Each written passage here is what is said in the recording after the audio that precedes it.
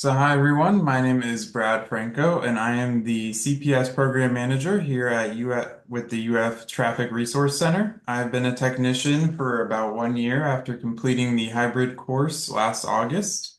I am joined by Jasper, who also works at our UFT2 center. If you want to introduce yourself real quick.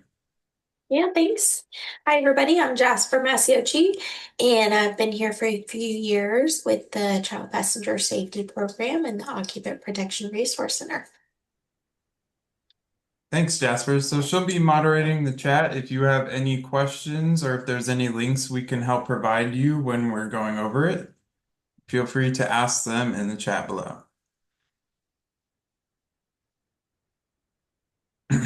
So we partner with the Florida Department of Transportation to offer resources to child passenger professionals like yourselves.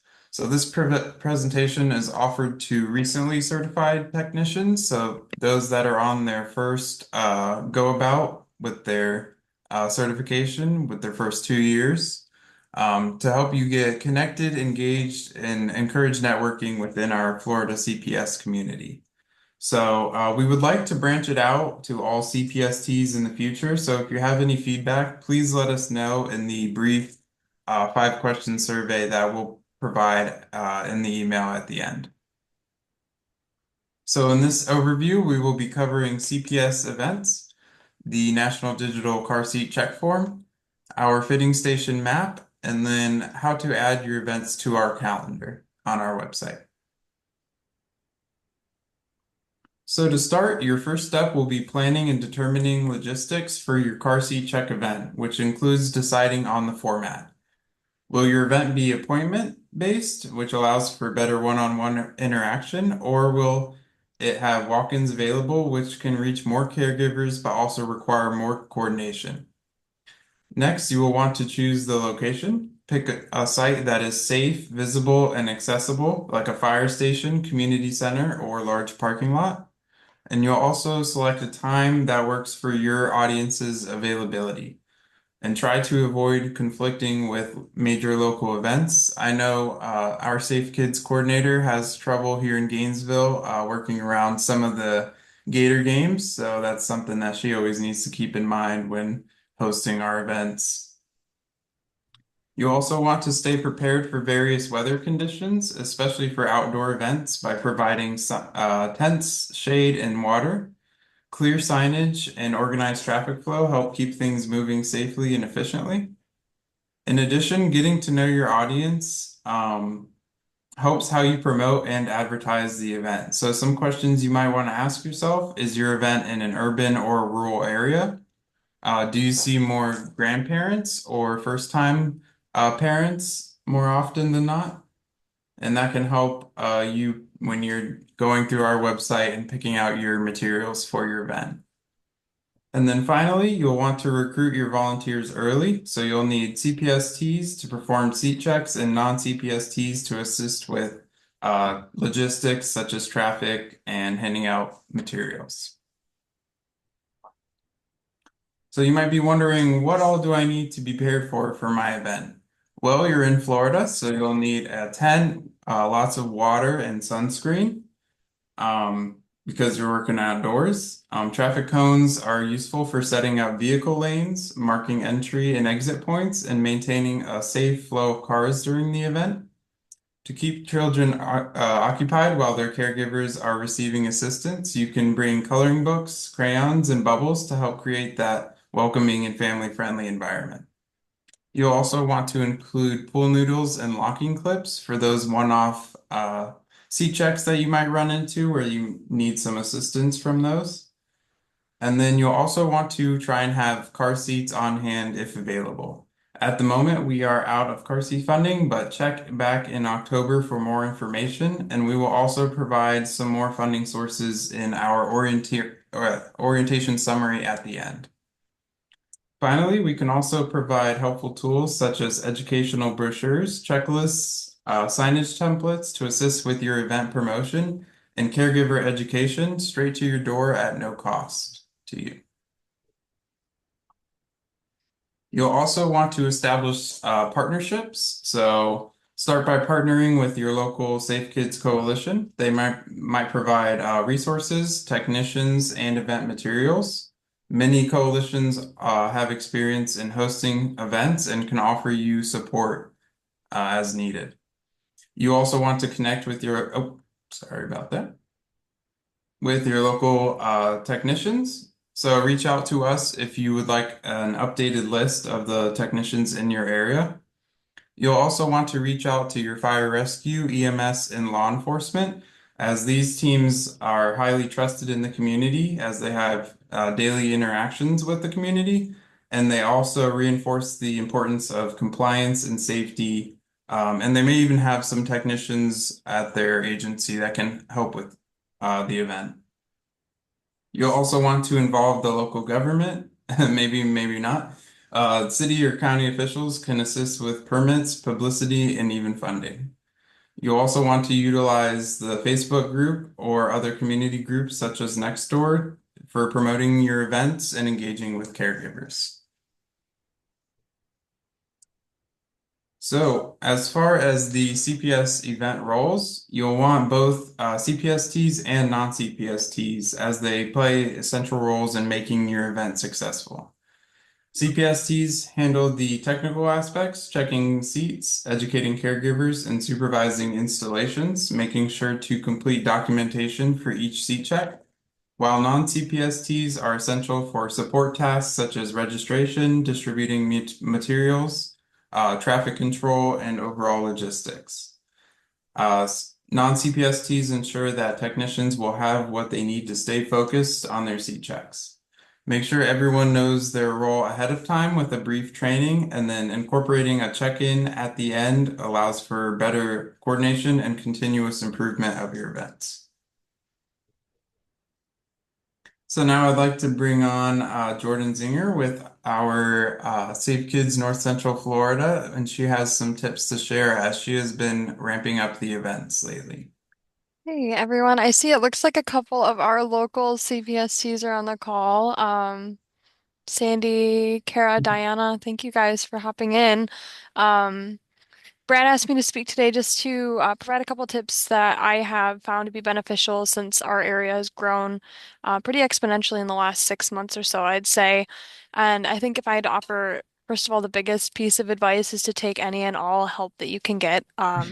When I had first started, I was really limiting myself resource-wise to only reaching out to local CPSTs, and I found very quickly that in our area specifically, this is a resource that we do not have a large abundance of. So um, I kind of started reaching out to other colleagues and other coalition partners and volunteers and community members that maybe don't have a CPST license or certification, but would be willing to study the checklist forms and to show up and work as a scribe. Or I recruit our local law enforcement and fire departments to come out with touch a truck to help entertain the kids while parents are going through the education and having their seats and their vehicles checked. It can be very overwhelming sometimes when a family shows up with a van of 6 kids and they are all under the age of 6 and very energetic, and mom is trying to listen to us to get the education while also trying to make sure her 6 kids under 6 aren't running into the road or doing something they shouldn't be doing. So, um, being very open-minded and welcoming in personnel that aren't just technicians has been probably the most helpful thing that our coalition has done since growing our programs. Um, we've kind of, I'll bring in law enforcement and have them do traffic control, and then I'll bring in fire department and they will entertain the kids. Or we have been reaching out to our local community clubs and resources. And I can say for some of our fall events, the local men's rugby team plans to come out to entertain the kids with um, various activities and just ways to engage our community and to keep our events structured and safe for all the families that are involved. I think throughout the entire state, there are so many community resources, a lot of groups and networks that are nonprofit and are required to do philanthropic work. So I've reached out to our local roller derby team and, like I said, our rugby team and some of the co-ed softball teams in the area and Girl Scout groups and Boy Scout groups. All of these organizations are required to do volunteering to maintain their nonprofit status. So I've kind of in a way sold what we do and what the Safe Kids Network is here as a unique alternative to philanthropy because this is an organization in our area that's really new and is kind of a fun thing for families to do that not everybody gets to be a part of. So for our local, I'm going to keep speaking to it because I think it's really cool. Our local roller derby team and our rugby teams are like this is a whole different network of families that have never been to one of our games, that have probably never heard of our sport before, but now we're showing our face in the community. They're involved with pedestrian safety and bike safety and helmet safety, concussion prevention, sport safety, like all these unique topics that are bringing in personnel that, again, are not certified but are happy to lend a hand and to help. So I think that's been my biggest thing that I would recommend and suggest to any new technician.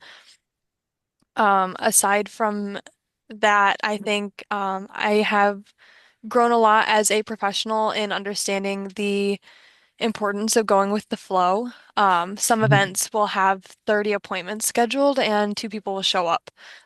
We had an event last week in High Springs and we had 14 appointments and only two families showed up and we did five total seat checks. So remembering that, things come up and so sorry, give me just a moment, please.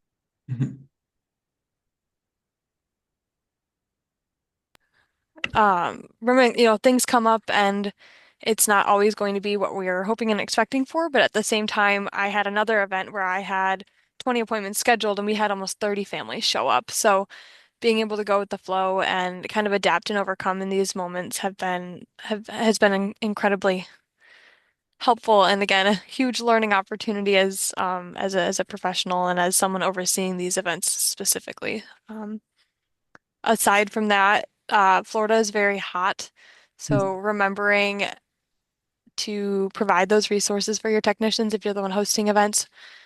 We always try to have cold water, Gatorade, snacks on site, reminding your technicians to take breaks, to breathe. I can speak. We have a couple people on this meeting that participated in an event in July, and it was a heat index of over 110 degrees. We did 26 seat checks in 2.5 hours. All of our technicians were sweating through everything we were wearing. We had multiple fans and ice and Gatorade, available. So, um, reaching out to people that aren't technicians, including your community, being prepared for not being prepared, expecting, challenges to come up no matter how hard you plan for it, and then keeping our technicians safe, I think are going to be my top four tips that I share with everyone today. Thank you, Jordan. I know those tips are very appreciated by everyone. And I know you do a great job as I was able to attend your event a couple weeks ago in High Springs. So I think it is really creative that you are engaging with some people that might not even be technicians or like roller derby teams and that kind of thing. So that's great for people to know. So next, I wanted to show you how to add your event to our OPRC calendar so that we can get it shared with other technicians. So hopefully I can bring this over. Is this showing the right screen that is our website? Yes. Yes. Okay, perfect. So you'll see on our homepage, you'll go down to upcoming events. And this will provide all of the upcoming events, usually CPS courses and C-check events. We don't have a lot on here right now, so we're trying to ramp that up. So you will go to submit an event, and then you will fill out all of the information, date, time, address, where it is. And then you also put is support requested? So do you need additional technicians that you want us to promote it to? And then also if an instructor or proxy would be present for those seat checks that people can get recertified with. So that's a little bit on how to add your event to the calendar on our website. Let's see. Wow. Brad, I have a question Yeah. for you. Is there a way to have these events, like do we as through the OPRC have access to social media or groups that post on social media regarding events? So specifically for us, we don't have a Facebook page yet, but is there a Right. resource you might be able to connect us to that can share things in our area? We don't have like specific area related things like that. We're just kind of trying to promote to all of Florida, which doesn't really help because it's, specified to the area, but we would like to start trying to get promoting like those Facebook groups and that kind of thing if we can. So we wanted to bounce from those events to our public-facing fitting station map. So once you've run a few events and you feel confident in your abilities, you may be ready to add your location as a CPS fitting station. So an inspection station or fitting station is a permanent location where technicians teach parents, caregivers to properly select, install, and use their car seats. So CPS inspection stations and regular CPS events share the same goal, but they're structured and operated differently. So regarding the frequency and availability, inspection stations are ongoing and recurring at a set location with scheduled hours. So caregivers can come in anytime during those hours, often by appointment. While a regular event may be a one-time or occasional outreach effort that can be tied to a special date like CPS week or a community fair or something like that. So when thinking about staffing, inspection stations are staffed by technicians who are consistently available at the site, while a regular event can be staffed by CPSTs that are just brought in for that day. And so staffing might be different each time at a regular event. And your services may be offered in a different format because inspection stations offer that one-on-one in-depth education that so you can reach that caregiver. While regular events, you may have more people coming in and out, so your education might be in a shorter time frame, and your interaction might be less in depth than that. The community role of the location can also be different, as inspection stations serve as long-term reliable resources for parents and caregivers. So parents might come back to you once their child is ready to be turned forward facing and get another seat check from you. While at regular events, it's usually acting as a awareness raising opportunity as a way to reach people who might not know about those fitting stations. So we wanted to show you how to add your fitting station to our Florida map. So let's see. Sharing the map, yes, correct. Yes, looks good. Okay, perfect. So this is our Florida fitting station map website. It's Florida or flchildsafety.com. And to add your station, you'll want to go to this little I in the top right corner. And then you will go to add your fitting station to our database. That will link you to a job form that asks for information like location, what technicians you have on site available, and then it also allows you to put a photo of your station so caregivers can find you easier. So that is our fitting station map. Let's see. Switch. Okay. So another nice tool that is available to use during seat checks is the National Digital Car Seat Check Form, which is available on phone or tablet and website or printout version on our website. So it captures key details such as child and seat information, misuse types, actions taken, and outcomes. When internet access is limited, the data can be entered offline using airplane mode and synced up later. The National Safety Council will also hold NDCF trainings covering topics such as completing like a practice check or how to use the data in your programming. We tried to advertise and promote all of these trainings in our quarterly e-newsletters. We recommend completing a practice check if you have not used the NDCF to get used to the flow of the car seat check and the order that the questions are asked. You'll notice there are some questions that might have you skip a decent ways away, so it's not always those whatever 36, 50 questions that they have on there every time. And then after submission, program leads can use the NDCF dashboard to pull the data and track trends, monitor performance, and support your reporting. So you can utilize this data in your grant writing to convince others how important it is to maintain CPS efforts in your community. In addition, the data can help guide your technicians when they are in the field. So, for example, you'll see a large misuse in Florida is those rear-facing car seats, of course, and a lot of the time it's children that are younger than 2. So we know that's our kind of target demographic to get them in those rear-facing car seats so they can be as safe as possible. Providing this information to your technicians can help them understand their audience and the issues they may face when installing those car seats.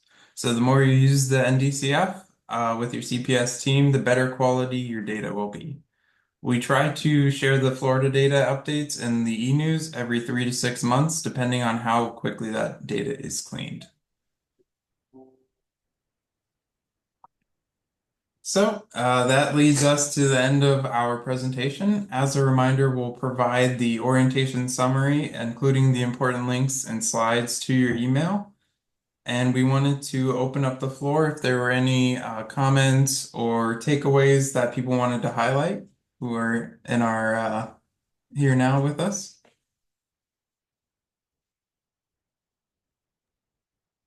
Hey, Brad, that was awesome. And Jordan, thank you so much for sharing that information. I do want to tag on to your information about the National Digital Check Form. Yeah. Sometimes there are other funding sources that you may receive for car seats, and they may funnel through Safe Kids or they may have some attachment to Safe Kids. There has been several announcements made or clarifications made on the use of the National Digital Check Form. So any funding that we use will use the National Digital Check Form. And then from other programs such as Buckle Up for Life and the State Farm and other types of programs that you may receive seats from, you can also use the National Digital Check Form. And if there's ever any question or any difference in that, or if you're ever receiving any conflicting information, please feel free to reach out to us and we'll help you get connected to the right people so that we all are on the same page. But this is where we really want to house the national data and we want to be able to look at the whole state as one. Good point, Jasper. Thank you for that. Was there any questions in the chat during the presentation? Nothing yet. Okay.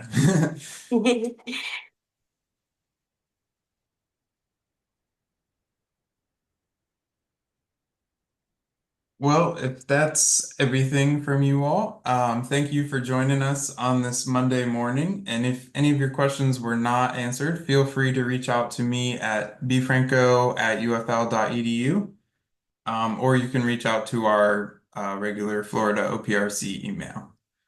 So thank you for joining, and we will connect with you with our orientation summary to your emails. Thank you, Brad. Thank you, Brad. Bye, everyone.